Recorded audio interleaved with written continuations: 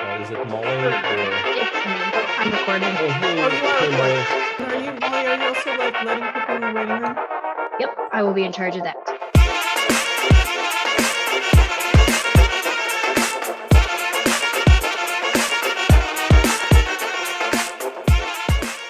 Today we are having one of our beloved Friday sessions on the Balkan Circle, and we do have a really exciting speaker today that will talk about Greek identity politics in communist Albania, where state and family, divide will be examined. And our speaker today is Mira Shiraef, who is a Lorenz von Stein postdoctoral research fellow at the University of Mannheim Center for European and Social Research. MZs, right, would be the correct abbreviation. And Dr. Shiraef specializes in comparative authoritarianism, national identity politics, and post-communism. Her dissertation examined the politics of identity transmission with a focus on collective memory, immigration, and the sites of memory during the and after the periods of communist and authoritarian rule. Pardon me. Her upcoming work will develop two lines of research for a book project. One, how are minority identities transformed under totalitarian institutions? And two, under which conditions they are linked to the lasting political beliefs and behaviors. With support from the National Science Foundation, funded American Political Science Association doctoral dissertation grant, and a Boren Fellowship, Fulbright Hayes, and several other awards, she gathered an original database on the identity decisions made by those born in Albania or in northern Greece between 1800s and 2023. Pretty impressive. So thank you very much, and we're looking forward to a very exciting session. Okay, thank you so much. For the presentation, I'll stand, and can I click from your laptop?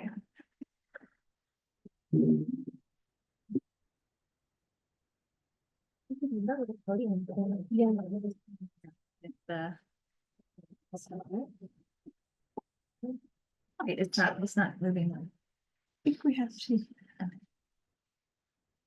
All right, welcome everyone. Thank you so much to the whole Balkan Circle and Crease team for this kind invitation, especially to Mary and to Amy and Chelsea, if you're here online, for connecting me to the Crease Institute in the first place. I prepared for this lecture in part by watching some of the videos on your YouTube channel. And I learned so much. It's really an incredible resource, and I'm honored and delighted to join such an impressive and committed group of scholars. I have a goal today, which is to make the case that the unique features of Balkan countries are a strength rather than a weakness in the social sciences. And I'm going to use my example of Albania's Greek minority to make the case. I used to start presentations about my research by arguing for all the generalizable traits of Albania to other countries to kind of justify why I study it.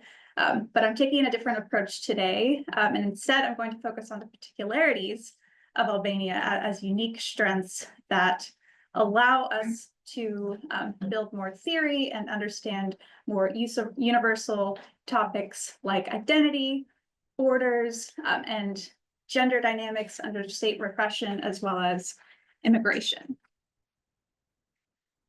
I'm so sorry. Would you like me to move this down? You can see. Oh, sure.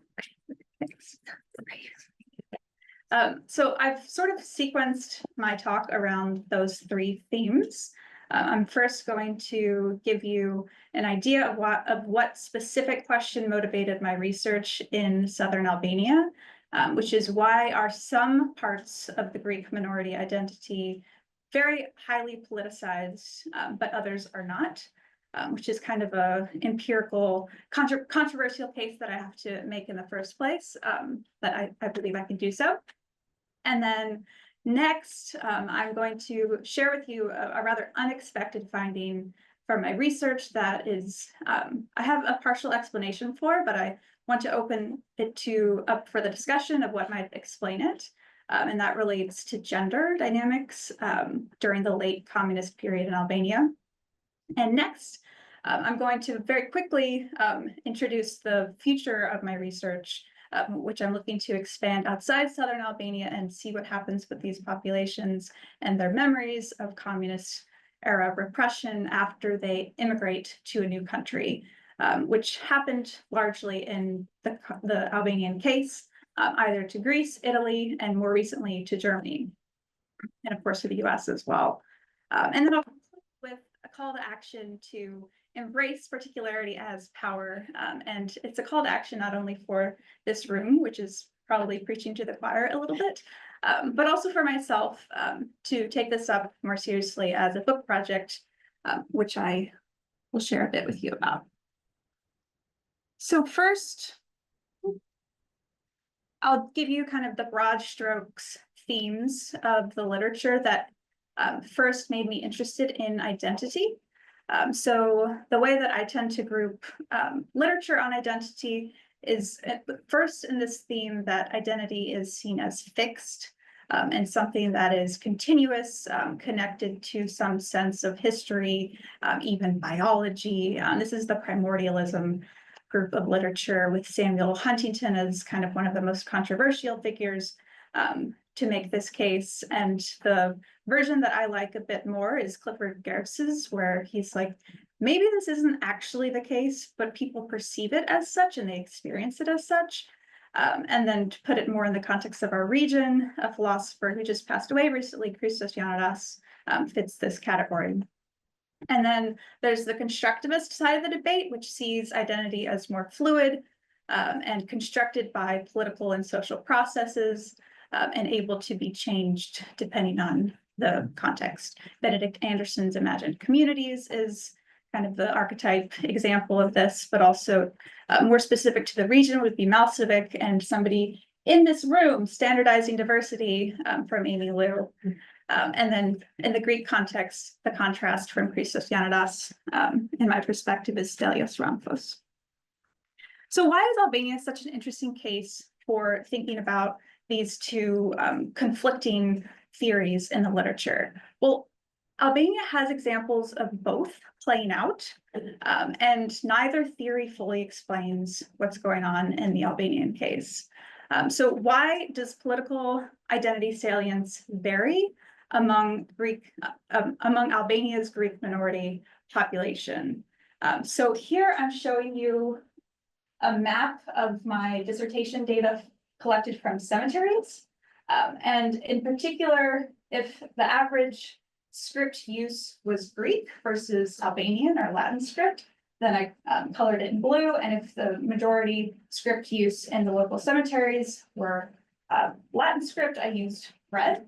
So it looks to me, you know, like identity is quite salient in this particular region you see marked as blue, which is Saranda and Gjirokastër in Albania. And then up here is Himara, where there's much more identity politicization on the ground that I experienced with the Greek identity in particular, and there is use of Greek script names, it's just not as prominent.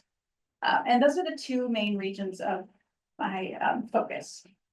And the striking thing is that not only on the ground did I experience a lot of variation between these two population groups, but also in the recent elections, there was a stark divide where Himara elected a Greek nationalist party, and in Saranda and Gjirokastër, where you have this more coherent, cohesive, contiguous group of Greeks, they actually voted for the current status quo Albanian Socialist Party.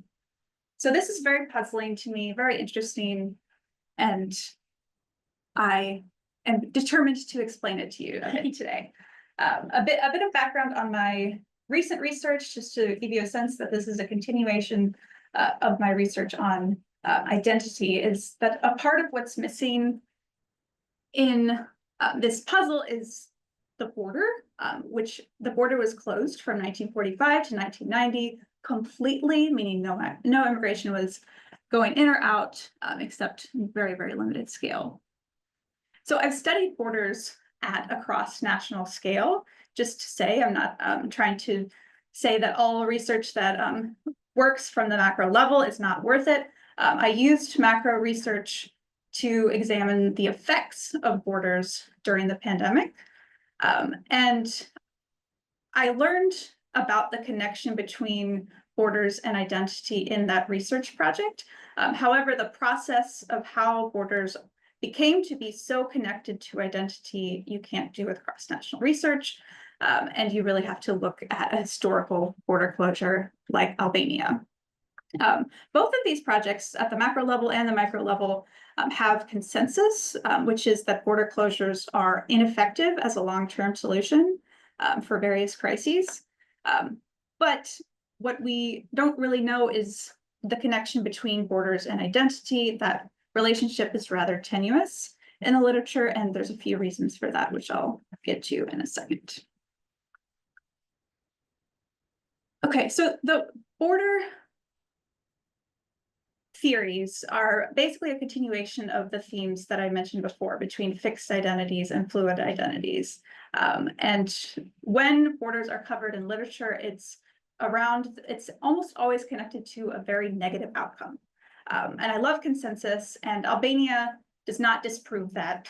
I found many examples of the border region being linked to precisely what other contexts have found, whether it's violence and conflict at the ground level or at the state level, additional repression and extra state centralization, which makes for really contested dynamics between the state and the societal level, as well as within society. So I have some examples from my fieldwork of the borders are bad argument, which is my simplification of the literature. I'll read some of them for you, but not all of them. But the point is that they're connected. They're almost always connected to identity. So just recently, someone was killed in the street for speaking Greek. Can you imagine? And again, my questions don't necessarily prime identity. Some of them do, but these ones we're talking about borders. And then another example of radical mobilization. 5 Albanian border guards were shot in our Greek minority village. It's true, but the shooters were not from here. They were in a radical group who hoped to start a war between Greece and Albania and take back southern Albania. The example of mass murder, which I collected in my data, was during communism. A whole household requested permission to emigrate to Greece, and then they were granted it. They walked all the way to the border with all their belongings on the family animal, and we, the guards, were forced to stop them, take them to the town center, and drag them to their deaths in circles. You won't find their names in any memorial, so I wanted to tell you this story. This is more of the state level illustration between my research and what exists in the literature. Many of you have probably seen this, but most of you have not. This is Albania's bunker system, which Enver Hoxha, the dictator at the time, created these dome-like conglomerations of concrete, very bad for the environment. And the idea was to watch out for the foreign enemy, but in practice was actually used to spy on its own population. And they concentrate around the border, which shows the argument that state centralization tends to be concentrated for the populations of the border. This is an example of the dynamics at play here. It's, in my view, it's not borders themselves that create these problems, but the types of actors they attract.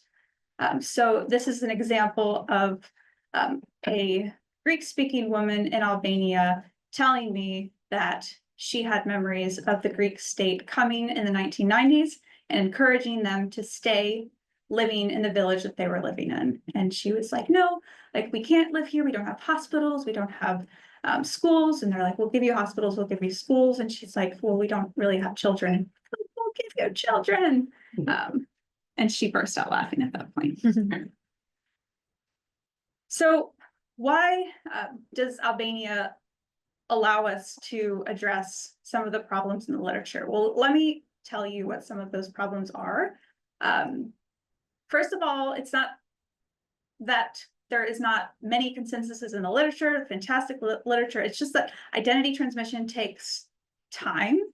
So if you're trying to do a survey on identity, it needs to be a longitudinal one.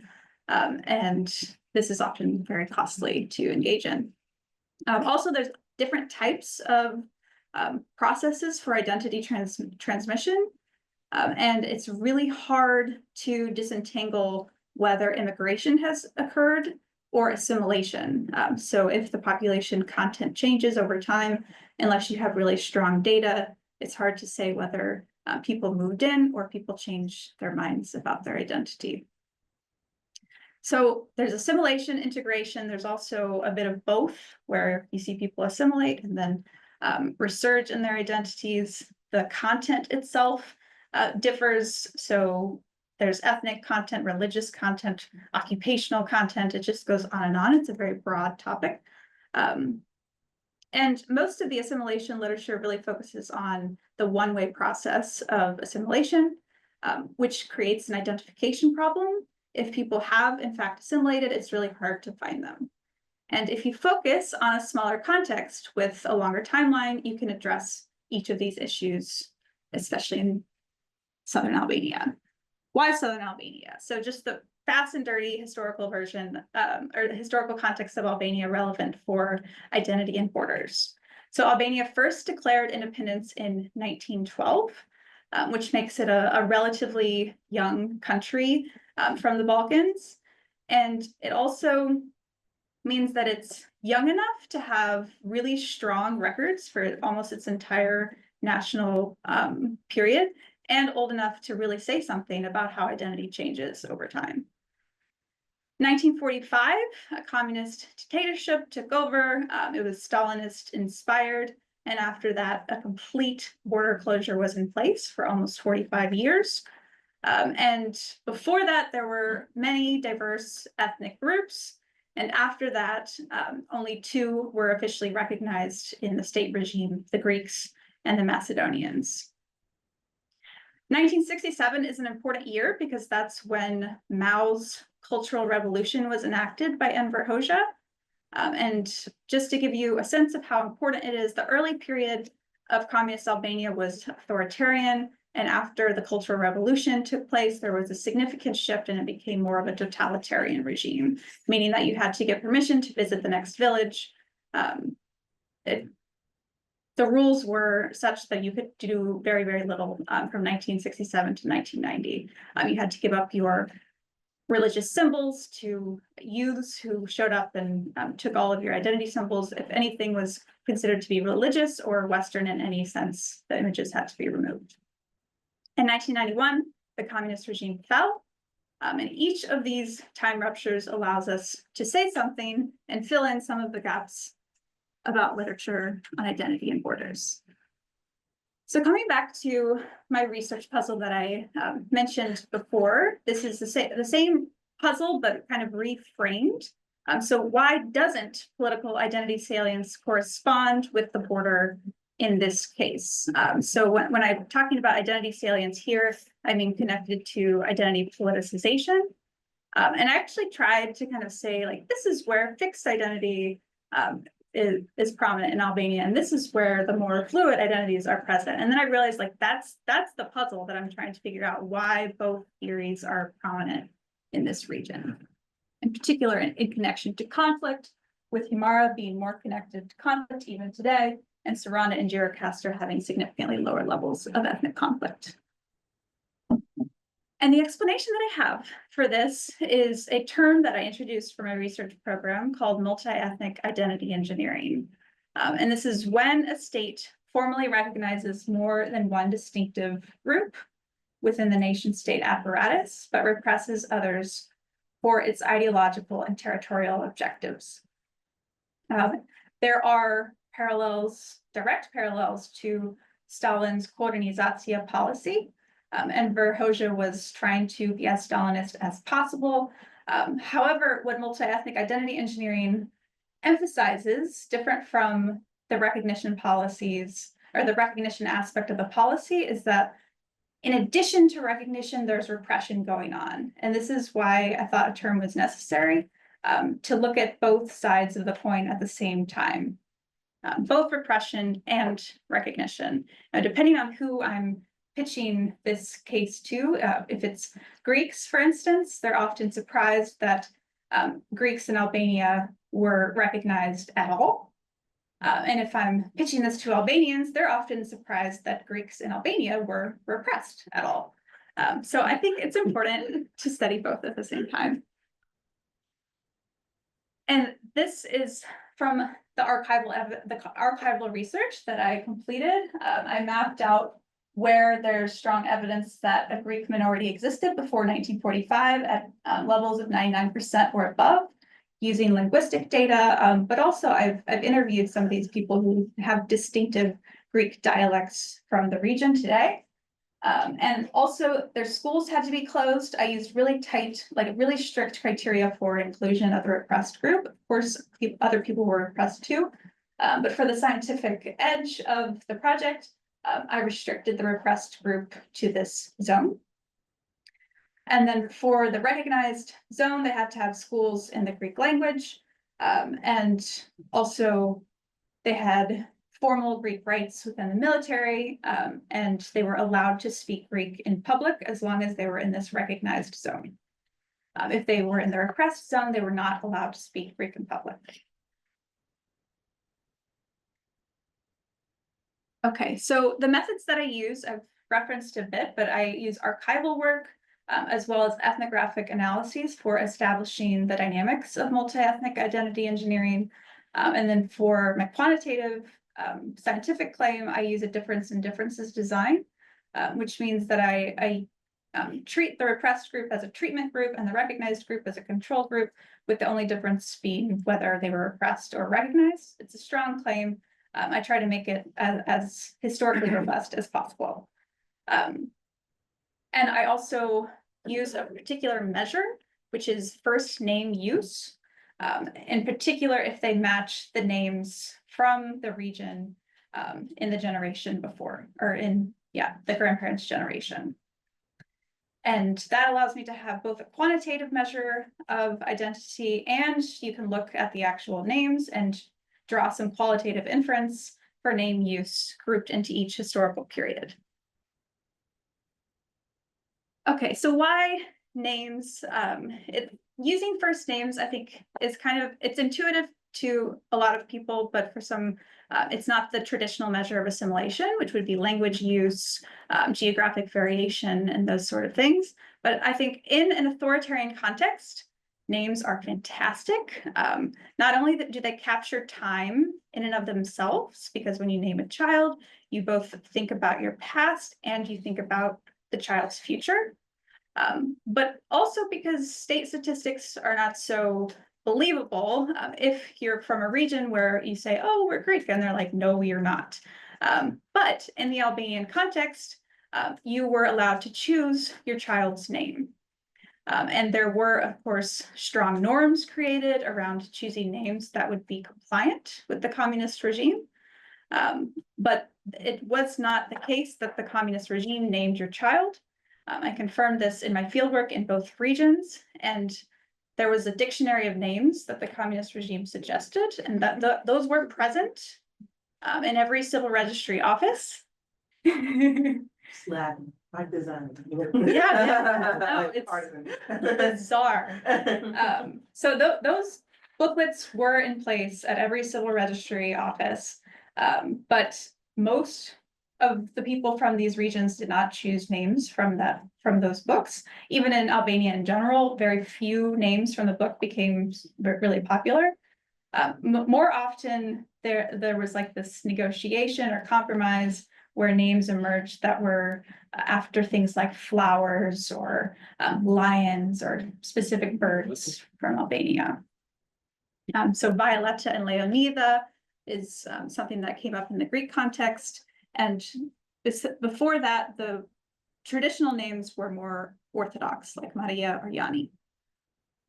And these are, Yani especially would be, I don't know if I need to get into that, but the spellings of the names, yes, the spellings of the names matter. I'm speaking to the right audience. The spelling of the names matter if you're talking about whether they were Albanized or not. So for my database, I use both the exact spelling of the name and a standardized row to create connections between similarly spelled names. Okay, so where is this data coming from? Both civil registries and cemeteries. Why, you might ask? Do I just have a mental problem? No, so civil registries are really fantastic for knowing what people represented themselves and their families to the state. They have excellent additional information you wouldn't find at a cemetery, like occupational history. Grandparents' names are almost always there. Our parents' names are always there. Grandparents' names are almost always there. But cemeteries provide an additional element, because it's not just what your parents named you, but how your children memorialized you. So the two of them together allow me to cover the entire time scope of my research program, which is about 100 years, from 1905 to 2005. So I used a fantastic research team. I don't know if any of them have joined this call, but I have to give them enormous credit because I used them as checks to make sure that the context of the data was proper to the context. This is the causal claim of my research, and the causal aspect really focuses on the first two periods you see in the data. However, I think it's really important to include what happened after that, so I always show this together. For a difference in differences design, you really want your trends to be parallel to make the case that the treatment group is responding to the policy that you're arguing. So 1945 to 1946 is when the policy was enacted, and this is where you see that identity shifts occurred at a really strong level. And as I mentioned before, the way that I measured identity was really strict and really robust, and I'm showing you the strongest results. But I also tested this in many other ways, every way that I could think of, and the trends were the same. So for instance, I also looked at this, I measured identity ancestral name use with the cemetery data, and the trend lines were the same. However, I included the rest of the timeline of the data to show that even though there's a strong effect on identity, it didn't really last. And the repressed group recovered to almost levels that it was before. And just to give you a sense of how striking this is, it means that they're not taking on Greek names that are popularized in Greece today. In fact, they're using their old ancestral names, not even from their grandparents' generation anymore, but from before that. So the tradition in Greek Orthodoxy is for the firstborn son to be named after the father's father, and the firstborn daughter to be named after the daughter, after the mother's mother. And in this case, they're not even following that anymore. They're actually using their names from the generation before. Okay, so what are the implications? Multi-ethnic identity engineering established these divergent pathways between Albania's Greekness content. There are counter arguments to this that I think the design really addresses quite well. The counter argument that I experienced the most in southern Albania was the Greeks from Himara have always had a really strange, strong identity. And that's why it's so politicized today. But I think that the data shows that the timeline of 1945 really mattered. And it's not to say that there wasn't contestedness to the identity beforehand. I think actually there is some element of that in the data, but the overall trend, which I think is the most important thing for identity transmission, tells us that 1945 really mattered. So repression spurred a stronger notion of the Greek identity as fixed, but recognition spurred a more flexible and fluid Greek identity, in the sense that Greeks who were recognized today don't necessarily vote with Greek parties. They have before, but they don't necessarily do that. And the repressed group who have this sense of their Greek identity as being repressed again and again, they tend to vote with Greek parties. So Albania is a fantastic case for thinking about identities because it allows us to bridge the prevailing theories in the literature. And the second benefit of studying Albania or microcontexts is that you can really unpack the mechanisms behind the processes that we're looking at. So I did that as well. I looked at how the mechanisms of identity transmission were different in the repressed area and the recognized area. And the biggest thing that I noticed is that the negative perceptions of Greekness that people experienced under state recognition were very late in life. It was when they left their village, or it was right before the regime fell and they went to Tirana. And this was different for the repressed group, distinctively so, even though I didn't prime the timeline of their memories they shared. Also, Greeks from the recognized area had a very fond sense of their Greekness, actually, and were very nostalgic for those days in the village. I didn't experience that as much among the repressed group. And I also had, just this feeling that I'll always have with me when I was there going to cemeteries in the recognized area. It was very easy to access them. I was welcomed.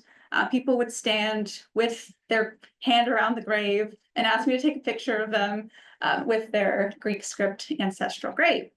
And I had a very different experience in the repressed zone where sometimes people were more suspicious. They would ask me about cemeteries close to them to see how many Greek script graves I'd found. And there was a distinctive difference in those memories. So the negative perceptions under repression were reinforced from communities from an early age. I'll give you a quote for an example from the repressed group. I remember the first time I felt Greek. It was when I went to the shop to ask for bread in Greek, and the shop owner refused, and she couldn't believe this. I went home in tears because in home we spoke Greek, and she wasn't at the age of which she would go to school and learn Albanian. She was also had a very balanced perspective because she really wanted to learn Albanian, actually, not only because of this negative experience, and her family didn't necessarily want her to, and the state required her to go to school, and she thought that was great. But these distinctions in the timeline of negative associations with Greekness really stood out to me. Okay, so what are the big takeaways for Balkan studies literature? What is the important variation in the repression experiences, the timeline in which repressed versus recognized groups experienced discrimination varied? And that has to matter. There's some case to be made that everybody experiences some element of discrimination in their lives, but how much, or the timeline in which you experience it, how young you are, has to matter. The sources varied. So the repression led to the authenticity of their Greekness being questioned from all sides, the state, society, and even within one's group. Something I would hear often in my fieldwork is Greeks from Himara. Those aren't the real Greeks, even from Greeks from the recognized area. Also, the content varied. So it was a targeted type of repression, whereas I would again often hear everybody was repressed in Albania, so why are you focusing on this particular repression? It was a different type of repression, which was targeted towards something that their neighbors, they must have known about, did not experience. Okay, so what about bringing identity and borders together? Before I mentioned that a lot of the literature, including my COBAT project, have a consensus that border closures are very ineffective. But with my Albania research, we can really say why, which is that family memories of targeted state repression dynamics can outlive the regime. And that's not good for anyone. It's not good for Albanian politics at the state level today. It's not good for Greek identity politics. It's in some cases, it's good for Greece, but that's another story. So family memories of targeted state repression can outlive the regime, and that really reinforces the sense of identity, salience, and differences being reified in a conflicted and sometimes violent way. Also, I want to drive home the point that identity politicization of Greekness is actually linked to historical repression. It's often whitewashed when not only the Greeks from Albania, but any group that has maybe other parts of their group are relatively privileged, and they're trying to say we've experienced discrimination. And it's like, no, but look, Greeks actually had it okay during the communist regime. In this case, we can see that these claims are connected to actual historical repression. And there's a lot more theory building that I want to do with that, but I'll leave it at that for now. Perhaps if we recognize people's particular past experiences, whether we're thinking about this as at a policy level or interpersonal level, this can assuage the capacities for memories of repression to be mobilized and exploited by elites. Okay, how am I doing on time? Doing okay, great. So there are alternative hypotheses that I could, do full other presentations on. I just wanted to say that if anyone has questions, you can ask me about these, how I worked to disprove these alternative hypotheses. But I want to focus a bit, I want to transition to the third hypothesis, or what I've marked as hypothesis 3. Hypothesis 2 would take us back into history, which I'm totally happy doing. And still, hypothesis 3 takes us back into history, but a little bit earlier, which is the late communist period in Albania. And this is the unexpected finding of my research. It's very interesting, and perhaps some of you have some ideas you can share with me. By the way, I should have said, if anyone has any questions, you can feel free to interrupt me. Clarifying questions, substantive. Okay, so the late communist period, the very surprising thing was that the repressed group during communism actually increased in their ancestral name use in Albania's most intensive period. Remember when I talked about the Cultural Revolution being incredibly repressive?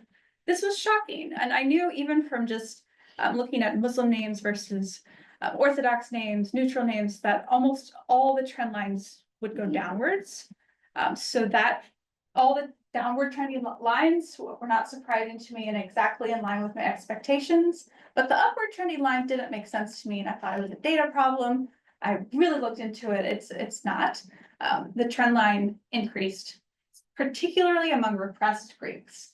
And I looked at other groups, blocks, Albanian Muslims, Albanian Orthodox, Macedonians, mixed villages, but it was just for the repressed group. So what explains this increase? It has to do with gender. So men or male names were about stable or trended downwards, and female names trended distinctively upwards. So I don't know if anyone can see, but that says females and the other one said males. I'll show you again. So this is males and this is females. So if we know that the upswing was driven by female names, again, it's a correlational claim, not a causal one. We have to try to explain it. So this is what I have so far. Perhaps repressed groups learned something from the repression. They learned the state's weaknesses. And then the female element, that's what I want to work out a bit in the discussion. So why females? Perhaps boys are projected to need more protection from the state, and girls are used to fill that gap, with the idea that we shouldn't lose our identity altogether, and we need to have a baseline connection to the identity. I had an idea given to me recently, which is to call this strategic hedging of identity, which is from international relations literature. And that would be building a transnational identity within the family with considerations of two nation states' power and stability. And I really like that because it centers actual thought, power, and action within the family household, which is very intuitive for any of us who have a family, but it's not often how it's treated in literature. So why is this connected to women? Starting with the facts, there's a longer life expectancy for women. Also during this time, life expectancy for everyone went upwards. and that allowed a special role for older women in Albania to have a stronger relationship with their grandchildren. There are images of this in the literature in Albania, with older women being depicted as sage-like characters, holding the memory and identity and culture of their region. And this expanded capacity for grandmother-grandchild relationships is something that actually somebody in this talk series brought to my attention, Papa Pendelemoni and Kara, but I also saw this on the ground in one of my favorite quotes about this. Somebody was telling me about the Greek Orthodox traditions that they would celebrate during communism, but they didn't know what they were doing. Their parents wouldn't tell them what they were doing, and they would be like, why are we going to all these houses? Why are we only going to houses where people are named Yorgo? And nobody would tell them. So he said, I would only ask my grandmother about these things because she was the only one who would tell me the truth. So grandmothers had this special role, and perhaps we're seeing the increase among the repressed group because it was just actually less dangerous to give females names connected to your ancestral identity. And the data supports that for political imprisonments where it was virtually unheard of to put a woman in prison. More so, there are examples of entire families being exiled, but that also was quite rare. Okay, so any questions so far? Okay, the third question that I have in mind as an example of what we can really do with Albania's case is to look at what happens with these dynamics that were created under conditions of communism after the population migrates, which almost half of them have done. And so I want to go to these countries, meet Albanians and Greek Albanians, and design a contextual survey that's genealogically linked to their ancestors, to the extent that German data privacy laws will allow me to do so. And really get a sense of what happens after they move. And my theory is that those with this longer history of intergenerational trauma built up have stronger attachments to their ethnic identity even after immigration, and in a conflictual way. So the contributions of this, I want to make this data available, and I hope to write a book on the subject. This is an example of the immigration data, which is available in the civil registry in Albania. It allows us to look at the birthplace of origin, the village in which they were born. And just to give you a sense of how wild this is, it looks like it's faked, but it's not. After 1990, the entire repressed group and the entire recognized group almost all moved to Greece.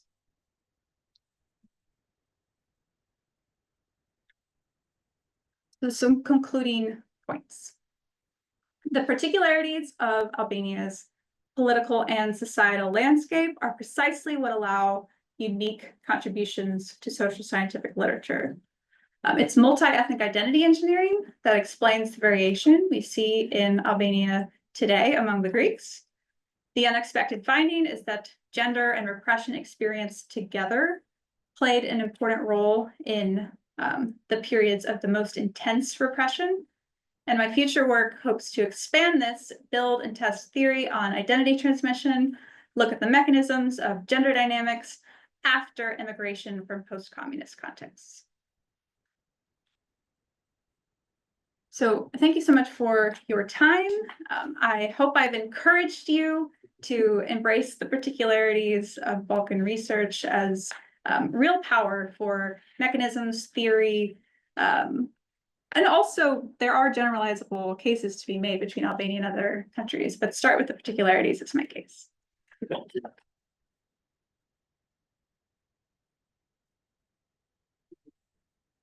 This was a fascinating presentation, and I would like once again to thank all of the guests that we're having on Friday in person, which is a welcome change, from COVID and post-COVID experience of this seminar.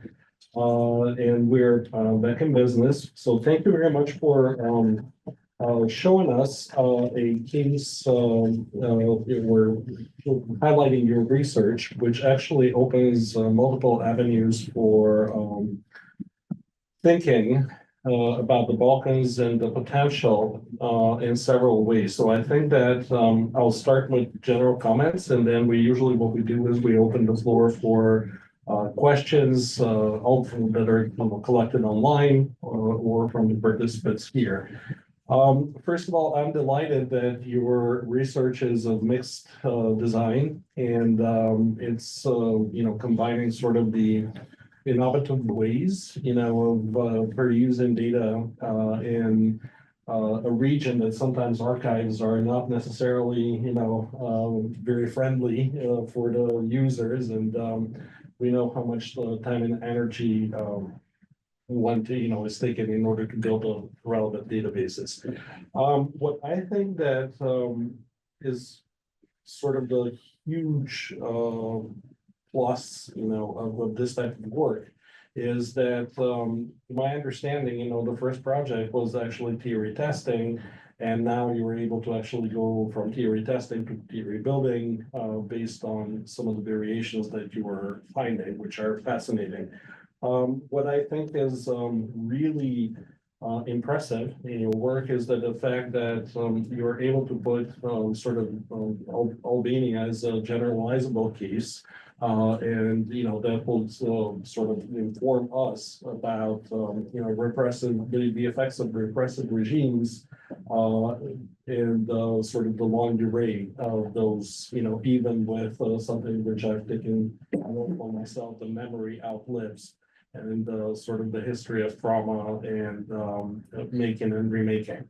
So my first question to you would be, what was the biggest challenge in your field work while working in Albania, in both zones? Thank you. Okay. Can I collect questions or I should start with, okay. The biggest challenge in my field work, I think I kind of referenced this a bit before, but in the repressed area, building rapport and trust just took more time. It was definitely possible, but it just took a lot more time. I was really surprised to show up in the recognized area, no matter whether my driver was Albanian or Greek, and I was just welcome arms, take pictures of every grave in our cemetery. It's totally fine. But in the repressed region, it took more time and more effort, and I had experiences with huge delays for various reasons. And also, as you mentioned, working with administrative structures, especially getting access to the civil registry data was very time consuming. And I had no idea why it actually worked in the end, but finally it did. So that lack of knowledge building is unfortunate because I can't just exactly share it with other researchers like I would like. But I was able to overcome these, I think, in part by collecting the data that I was able to first. So I initially wanted to do a survey, actually, but this was April 2020, where it was funded, ready to go. 60 villages in southern Albania during COVID was not possible. And then I transitioned to cemetery data for practical reasons.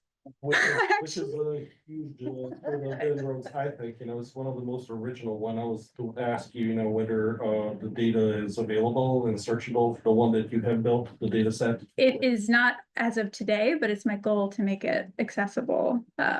So my goal is to make the cemetery and the civil registry data linked.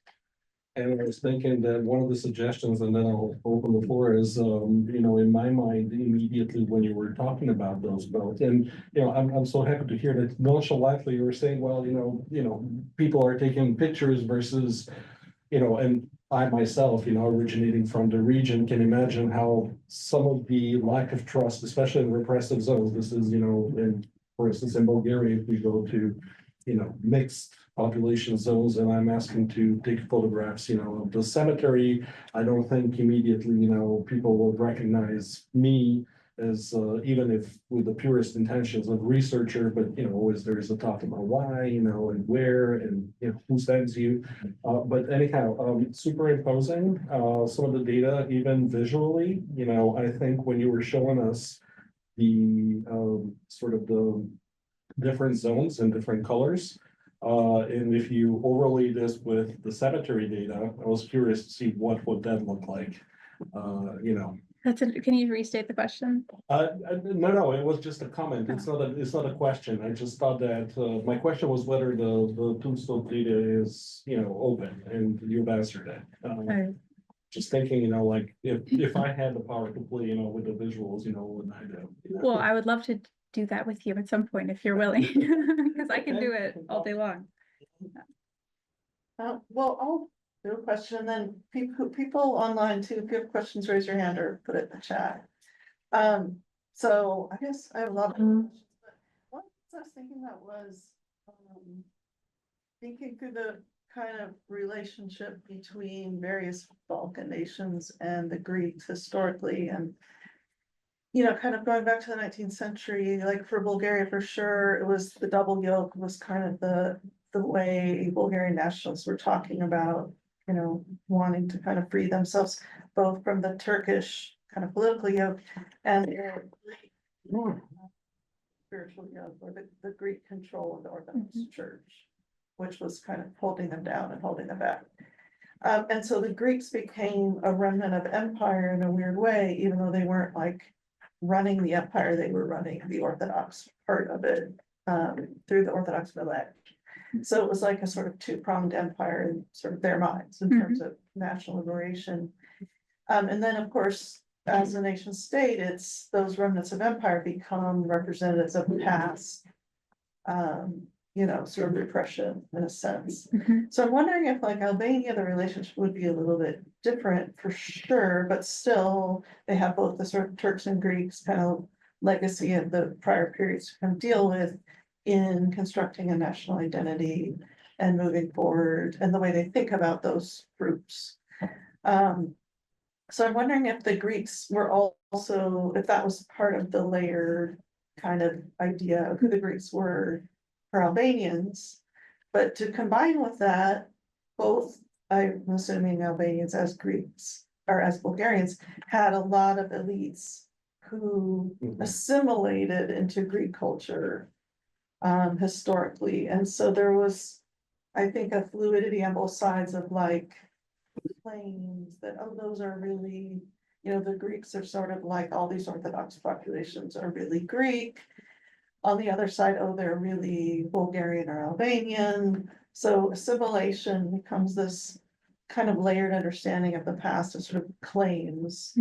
And so, like, in a sense, I guess what I'm asking is, do the Albanians ever say you're not really Greek, you're really Albanian? And do the Greeks say, yeah, you're not really Albanian, you're really Greek, across Orthodox lines? And then did that like play into some of the dynamics? That's an interesting way to put it. And what came to mind when you were talking is, from the family perspective, the Greeks in Albania, whether they were repressed or recognized, have this experience with the curriculum teaching them that Greece was a terrible country. Greek culture, fine, fantastic, especially ancient Greek culture, but the current Greek state was monarcho-fascist and colonial. And a part of that is true for them still today. And they have the experience of moving to Greece and putting their kids through the Greek national curriculum. And that twofold perspective creates a very nuanced view on things compared to your average Greek person who hasn't had that experience. And then as for the way that you put it, definitely, as people from this region have to navigate their identities differently based on where they are. And the things that are offensive are different based on where they are. So if they are in Greece, for instance, there's a bit of more status to say that they're from Vorios Iberos, which is this historical region that used to be contested. Today it's southern Albania.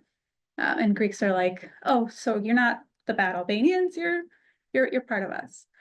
But in Albania, the same people would never say that they're from Vorios Iberos, sometimes even to other Greeks, because it's like, oh, you're, nationalist, Trumper kind of thing. But essentially, it depends on where you are, what how these topics play out, and how you view yourself in relation to the national identity program. I have other examples. But I have other questions, but I think there's some in the chat, but also let's go to the room first. Is anyone here? Well, I know I was a few minutes late, so maybe you already opened up with this. So thanks for the talk. Did you open up with the mayor in prison? I can. My first question is, because I follow various news stories, is he still in prison? He got out. He got out. He got out of prison. Okay. So I can. Briefly say about this. Yeah, I get asked about this a lot because people who don't follow Albania, but they know this story. And I feel like it's a very, like, in terms of Himara being more distinct in its representation. Yeah, because in my work around race, I hear very commonly like, oh, Albanians aren't racist, it's the Greeks who are racist. But it was the first time where I heard Greeks talking about Albanians as racist in terms of this imprisonment. And so, I mean, obviously it's very much politically motivated, but like to hear a word like racist it felt very unique. Too late to like reform my book, but it was just interesting. And so I'm curious about that. About your take on the mayor, and maybe you could tell us what happened. People are like, what happened with the mayor? Yes, I can give you Tell us about the mayor. I can give the context of the mayor, just to say that I focus on historical research for a reason. And this was happening while I was writing my dissertation, and it was so confusing and so related to identity politics in the region of Himara. I just couldn't even believe it. So the mayor, or the mayor-elect in Himara, was imprisoned the day before he was elected for vote buying. And I also happen to know from my research that vote buying occurred on both sides. He didn't contest the vote buying. I forget the actual legal situation, but he did contest the imprisonment.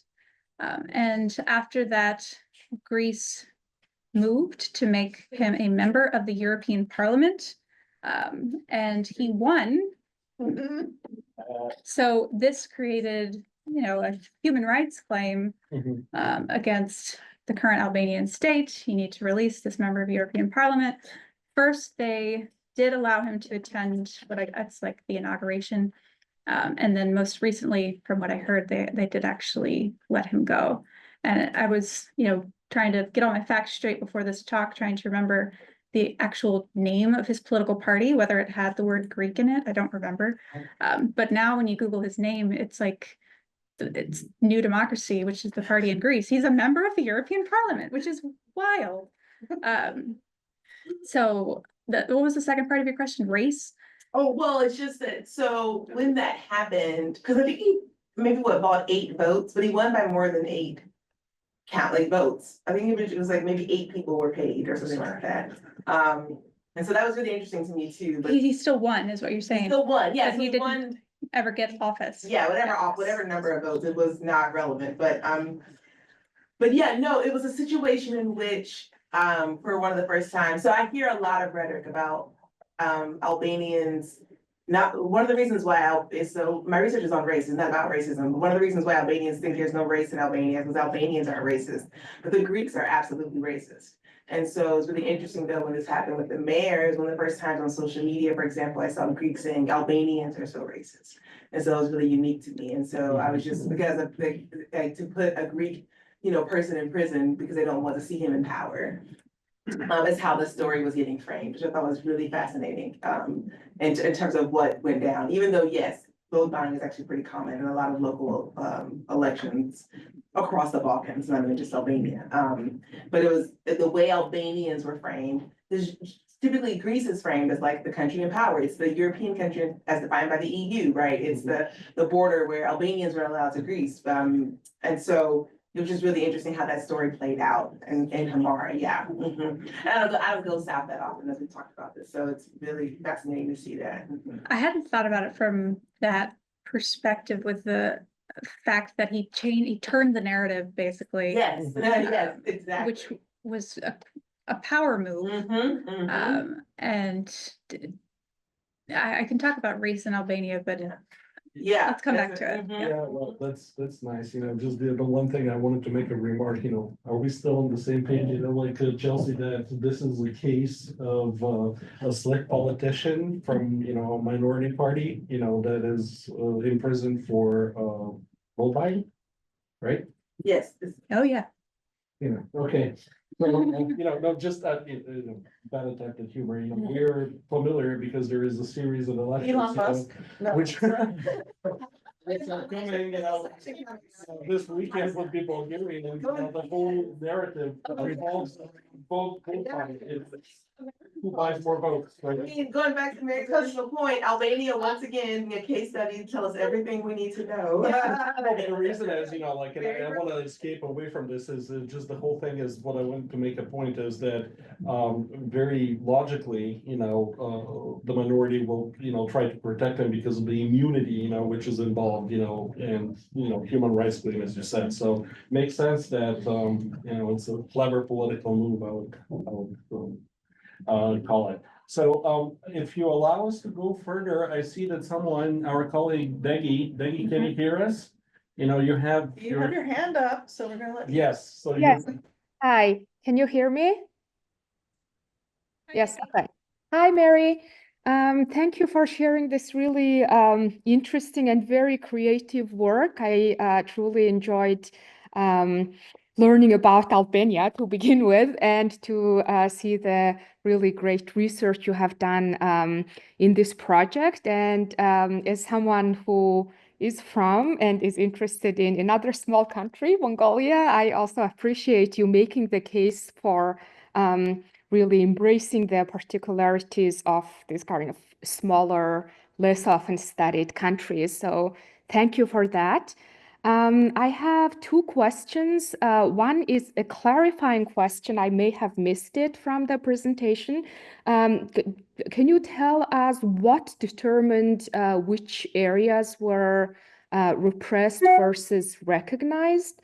So I assume that assignment was not random, right? So I'm thinking from the perspective of like the research design, if there is anything that you can tell us about how these designations happened. So that's one question. Another question is, I think it's like about your argument, right? So how often, I guess it goes back to the fact that like we're talking about a less often studied case. So broadly, what is the scope condition of your argument? More specifically, how frequently do we see policies that can be qualified as multi-ethnic engineering? So does it matter, for instance, how the minority group is kind of singled out under these types of policies, or does it matter if it's a really multi-ethnic society, right, where in addition to minority groups like Greeks in Albania, there are different other minority groups that are variously targeted by this policy. So if you could tell us a little bit more about, I guess, the generalizability of the argument and the kind of theoretical part, that would be great. Thank you. Thank you, Dougie. Two great questions. First, context that I missed, so thank you for pointing that out. So the way that they were determined was definitely not random.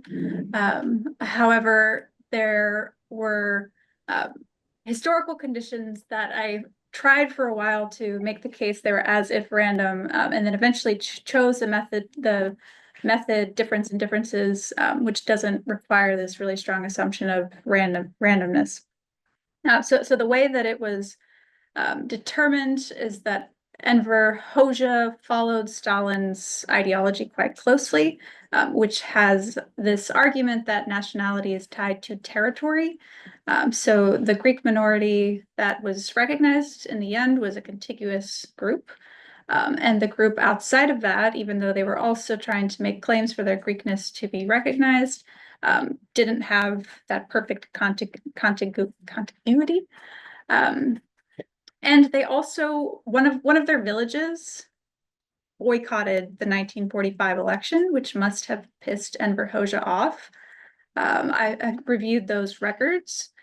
They were not published in the results of the election, which, you know, just celebrated how great turnout was everywhere. But what that one particular village was punished, and almost all of the men, from what I understand, were imprisoned for 1 to 2 years. And this is probably linked to why their Greekness was not recognized. Even as early as 1945, if they weren't able to speak Albanian in their claims to not go to prison, they would go to prison on that account. So the claim that I make, if you want to make a comparison between the two, is that in the recognized zone, there were also these efforts to boycott the election, and they were not stamped out. But that's a bit of a weaker claim. So the difference in differences design helps me address that. And then the second question, scope conditions, it's a great question, and I'm always trying to think of ways to expand the concept of multi-ethnic identity engineering. I think that the strongest parallel is the Koordinacja policy. So if I had the time and life to unpack the border making argument, or the border making region of the former Soviet Union, I would imagine that I would find both cases of recognition, such as in the Ukraine case, and cases where Ukrainians were repressed for their identity. For one example, I think if we're talking about authoritarian regimes, the strongest connection, the strongest example of Albania is North Korea. And so some other kind of marginal shadow cases like Cambodia of communist regimes. But that takes us definitely outside my region of expertise. If we're just thinking about it from a high level, you know, Canada has a policy that recognizes ethnic diversity, very different regime type. But I think it could be useful to think about this in different regime types in other contexts. So trying to think of other examples that were brought up as counter cases to this is the Uyghurs in China. They have never been recognized in any formal sense and don't play out well with the multi-ethnic identity engineering scope. So I think that starts to map the rollout for you as best I can. If you have any examples that come to mind that I don't know about, I would absolutely be interested to know. So going back to the first question, you're saying it's the territorial contiguity of these areas that are recognized, that kind of determined which areas were recognized versus repressed, which were kind of farther away, not continuous from Greece, that determined it. Is that correct? Yes. So it was the Stalinist ideology, the practicalities of the 1945 election that most likely influenced it. And also, Hoxha must have had access to the same civil registry data that I had in some capacity. Certainly not in the beautiful spreadsheets that I have it in. But he could have looked and seen where Greeks lived at 99% or high levels, and that seems to explain the recognized area. And it does not explain why the repressed area was not recognized, because the levels were very similar. Okay, thank you. I guess I have a follow-up question to, like, having spent a long time sort of thinking about studying minorities under communism or just in general in history. I guess I was just trying to think about whether this, you know, works in a larger historical sense of, if they're repressed, they tend to be more, their identity tends to be more salient. If they're not, it tends to be less so, and they sort of either assimilate or just deal. But I was also just thinking about this example you're talking about, and it seems to me like the landscape of minorities, just if we just look at the Balkans alone, is quite unique, I mean, complex, but it seems to me that the model of the Soviet Union was to supply schools and newspapers and theaters and whatever in the local language. But within certain parameters. So if you had a republic, for example, or an autonomous region, you would get those rights within that autonomous region or republic. But if you were outside of it, you wouldn't. And I think the same could be said of Yugoslavia, where if you're in your national titular republic, you get the rights. If you're out of it, you don't necessarily. And so was it the case there where that was like a actually circumscribed autonomous region of some Yes. sort? Right, and so then Greeks outside of it did not get the rights and responsibilities. Correct. Right. But then was there also like, as you might find in, say, Bulgaria, where there were no autonomous zones like that, but where at the beginning of the period, they were recognizing a lot of different groups and giving. And then the schools, policies were and then reversed. later, they went into a way harsh assimilation pattern.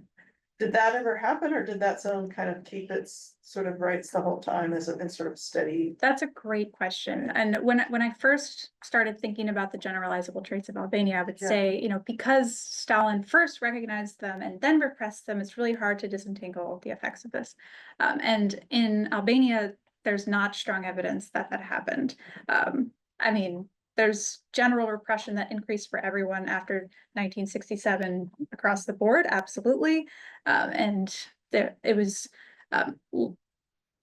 more discriminate from the stories I've heard. Of course, sometimes they're like, yeah, being Greek could be great for me one day, it could be terrible for me the next day. It was really hard to understand. But the schools stayed open, which is, I think, the strongest measure of until 1990, they were allowed to send their children to schools in the Greek language up to a certain age. So it's not that it was a Greek program from Greece. It was certainly consistently infiltrated by communist ideals and assimilated into the Albanian national program, but the Greekness was recognized. I have a question about names too. So I've thought a lot about names, particularly because in Bulgaria, name changing campaigns, kind of went back to 1920, of Muslim populations in particular, and were reversed and then back, sort of back and forth over time. But even before that, you can see the endings of last names were also really important. So people would put a Greek ending on, even if they're Slavic, or, Turks later put a Slavic ending if they were kind of sort of assimilated into the state, but it would still be like Akhmedov, for example.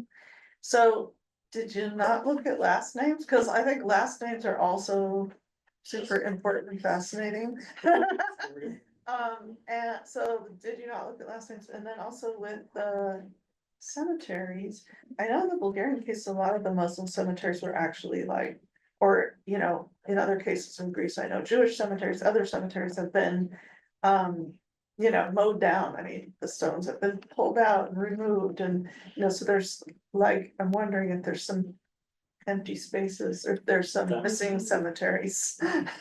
Yes, that are also definitely important true. to know about, yeah. Okay, so with last names, I have them, and I think it depends on what we're measuring, which one is better to focus on. But I thought the first names were a stronger measure of like agency-based decisions, because last names you couldn't change after a certain point in Albania. So for identity decisions, first names were great, and for keeping track of people, last names were really useful. And I don't know what the law is today about last names, but I know that today you can change even your first name in the civil registry. So this happens where people make their names more appealing to the Greek state. I think even the mayor that we referenced before changed his name to be much more Greek friendly. Yes, and the cemetery weaknesses point, I absolutely, this is why we need the civil registry too. Cemeteries on their own can say a great deal about village level identities. But it can't tell us as much about the population group that didn't keep that connection. So I really think the hope is to have both. It's not, of course, always possible. But the villages that I visited and gathered cemetery data from were generally well kept. There were obviously strong counterexamples. But they tell me more about what people want their legacies to be after communism, where they've had the chance to put crosses back up and use Greek script. And it's a sense of what they went back to do and correct the record, if they did, versus the identities that they crafted during communism. Thank you very much. I have a few questions. Yeah. First, the two regions. Why did the one population of Greeks end up so far removed from the other border regions? And did you see any examples of where they tried to move back because they were repressed, or was that so, under the totalitarian regime that just couldn't happen? And then my third question is, when you looked at cemetery data and the civil records, did you ever try to cross-link them as you were looking in the civil registry and then try to trace and see how that person was recorded in the cemetery? Yes, so great questions.